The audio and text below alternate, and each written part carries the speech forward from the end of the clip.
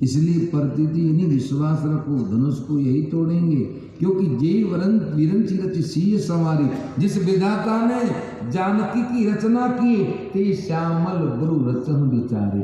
उन बात को सुन के सब सखियां बड़ी हर्षित हुई और ऐसे ही हो कही मधुबान, सबने कहा ऐसे ही हो। अभी इतनी बातें कर रही हैं, लेकिन राम जी लक्ष्मण जी ने एक बार भी ऊपर मुख करके देखा नहीं। सखियत कहने लगी हमने इनका, इनके बाप का नाम, इनकी माओ का, माताओं का, इनका नाम तो लिया, पर एक बार भी ये देखे नहीं। एक ने कहा सखी एक बात कहूँ क्या, ये राजकुमार सुंदर तो है लेकिन इन्होंने देखा नहीं, मुझे लगता है ये बहिरे हैं। एक ने कहा बहरे तो हैं, पर बहरे होते तो ठीक है, लेकिन ये तो आपस में भी नहीं बोल रहे। दूसरी ने कहा बहरे तो है सर, लेकिन गूंगे और हैं। लक्ष्मण जी ने कहा प्रभु दो दो उपाधि मिल गई, अब तो देखने दो। राम जी ने कहा सीधे चलो। पर फिर भी जब मेरे प्रभु ने नहीं देखा तो एक सखी ने कहा ये बहरे गूंगे तो मुझे नहीं लगता है, पर ये गुमान ही है। अच्छा, इनको गुमान किस बात का है? तो एक ने कहा इनको गुमान अपनी सुंदरता का है। एक ने कहा हाँ ये सुंदर तो है, लेकिन ये अपने आप में गुमान करे ऐसे सुंदर तो नहीं है। तो दूसरी ने कहा फिर तो कितने सुंदर है? ये सुंदर है हमारी किशोरी जी की छाया जितनी।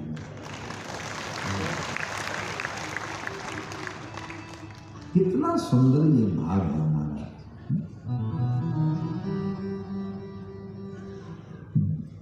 देह की सुंदरता को देखते ही विदेही की याद आ जाए तो क्या चाहिए।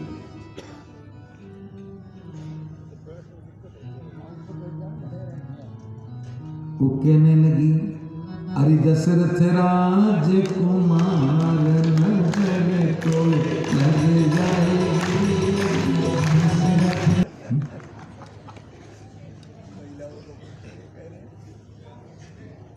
जनकपुर की सखियां कह रही है ये हर सही बर सही सुमन सुमुखी सुलोचन बंद जा जाई बंधु दो कि तहाँ तहाँ परमानंद। बालकों ने मेरे प्रभु से कहा कि धनुष शाला देखोगे, राम जी ने कहा जरूर। पूर्व के जहाँ धनुमक हित भूमि बना है, नगर की पूर्व की दिशा की तरफ दोनों भाइयों को ले गए। धनुषशाला का अवलोकन करवाया, बालकों से विदा लेके मेरे प्रभु वापस गुरुदेव के पास आए। रात्रि विश्राम हो गए। सुबह हुई, समय पाके गुरुदेव से कहा कि गुरुदेव पूजा के लिए पुष्प ले आए। मुनि की आज्ञा लेके दोनों भाई पुष्प वाटिका में पुष्प चुनने चले। माली गणों से आज्ञा लेके दोनों भाई पुष्प चुन रहे थे और उसी समय सारे सीता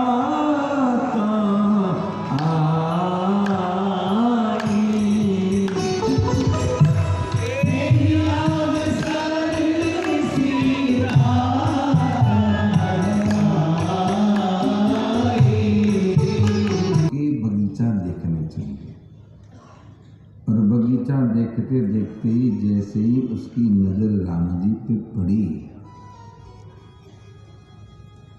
तो बगीचा देखना भूल गया। मेरे प्रभु की सुंदरता को देख के ऐसी मोहित हुई कि भागती भागती जानकी के पास में आई और जानकी जी से कहने लगी अरे जानकी जानकी पूजा बाद में करियो। दूसरे ने कहा तू ठीक है? उसने कहा मैं बगीचा देखने गई, तो तेरा ये सांस उखड़ा हुआ क्यों है? तो वो कहने लगी फूल लिए दो लपके कुंवरवा, फूल लिए दो लपके कुंवरवा, एक श्यामली की गौर मधुलियती, एक श्यामली की गौर मधुलियती, हमारी सियली की तो बाली छे उमरवा,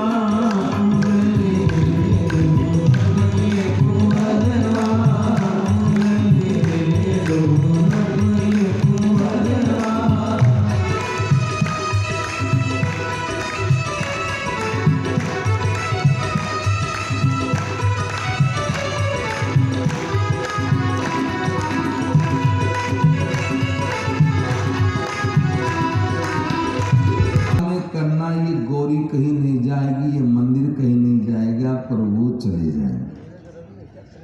तो दूसरी ने कहना तू थी कहाँ पहले तो ये बता, और कौन चले जाएगी, कहना क्या चाहती हो? तो एक कहने लगी देखन बाग कुंवर दो आए, दो राजकुंवर बगीचा देखने आए हैं। उसने कहा इस बावरी को पूछो या हजारों आए, दो आगे तो क्या हुआ? नहीं नहीं, वह किशोर सब भांति सुहाए, वो सब प्रकार से किशोर उम्र है उनकी और सुंदर है।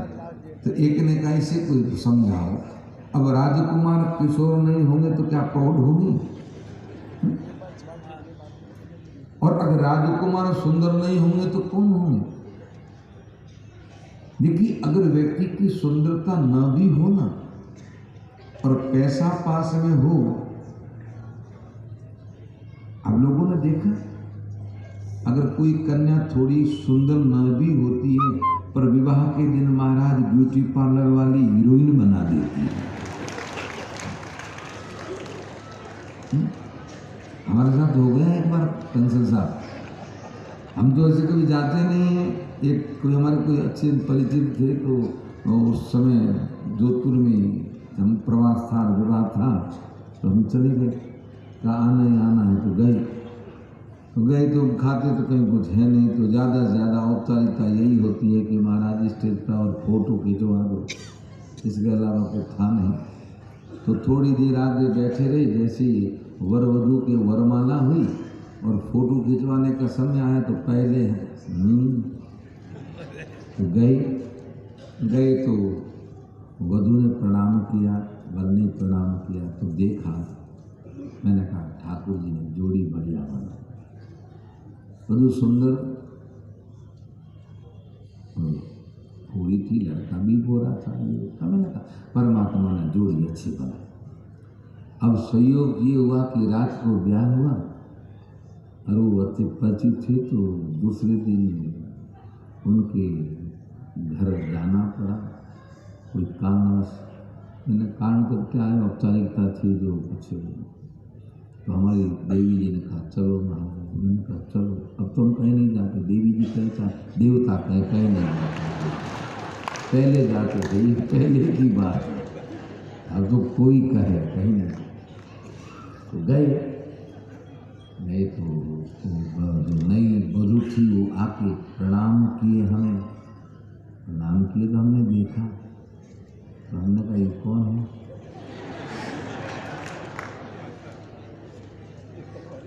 तो हमारी बिटिया पास बैठी थी, उसने कहा ये नई दुल्हन यही तो है। हम महाराज स्पष्ट कह, हम कभी अपने भीतर कुछ रखते नहीं है, तो अगले को बुरा भी लगता है तो लगता है तो मैंने कहा ये दुल्हन दांत वाली है, मैं ऐसे ही कहा। आप हमारी धर्म पत्नी सामने देखें, वो कहते आप ऐसा क्या मत बोलो। मैंने कहा ये रात वाली तो मुझे नहीं दिखती, वो तो बड़ी गोरी थी, ये तो लगता है रात में बदल गई क्या? तो बिटिया है वो रात वाला चमत्कार ब्यूटी पार्लर वाले का। हम दो रूप में रहते हैं, एक तो जटा जूट में दाढ़ी बाल बड़े हुए रहते हैं, तिलक छापा कर देते हैं, तो चेहरे का स्वरूप पता ही नहीं चलता, और एक रहते बिल्कुल मुंडन करवा के, तो मुंडन पूरा किया हुआ तो भी सुंदरता नहीं रहती, और बाड़ी दाढ़ी बाल जटाएं बड़ी हुई रहती तो भी सुंदरता नहीं रहती, क्योंकि उनको संसार को अपनी सुंदरता नहीं दिखानी है। उस स्वरूप को सुंदर बनाना नहीं चाहते, स्वरूप करूप भले बना रहे, सुंदर तो अपने अंतःकरण मन को बनाने के लिए लगे होते हैं। तो राजकुमार हैं तो सुंदर तो होंगी। उसने कहा नहीं नहीं, वो ऐसे वैसे सुंदर नहीं है। तो कैसे सुंदर है? तो कहने लगी, श्याम गौर किमि कहो बखानी, गिरा नयन नयन बिनुबानी। एक श्याम है, एक गौर है। गिरा कहते हैं जीव को, ये जो बोलती इसने देखा नहीं, जिन आंखों ने देखा वो आंखें बोलती नहीं। जैसे ही उसने कहा तो उसका समर्थन करते हुए एक सखी ने कहा, सुनि हर्षी सब सखी सयानी, नुपुर धुनी सुनी।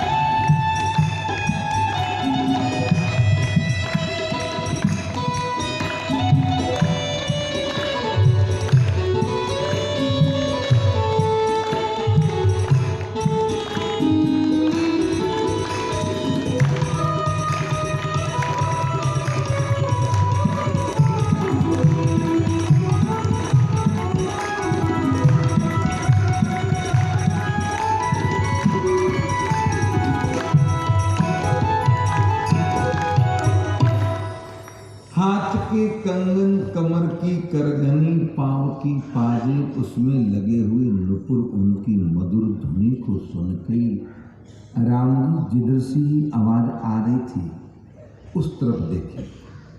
लक्ष्मण से कहने लगे, लक्ष्मण लगता है कामदेव अपनी दुंदुभी यानी नगाड़ी बजा रहा है, विश्व विजय के लिए चला है। लक्ष्मण से क्यों कहा? क्योंकि लक्ष्मण मूर्तिमान वैराग्य है और काम से वैराग्य ही बचा सकता है, इसलिए लक्ष्मण से कहा। पर लक्ष्मण जी कुछ बोले नहीं। क्यों नहीं बोले? लक्ष्मण जी ने मन ही मन कहा, प्रभु अगर काम अकेला आता तो अभी हम धनुष पे बाण चढ़ाते, और ये तो भक्ति देवी आ रही हैं और भक्ति देवी के आगमन पे काम नृत्य कर रहा है, तो यहाँ हम कुछ नहीं कहेंगे।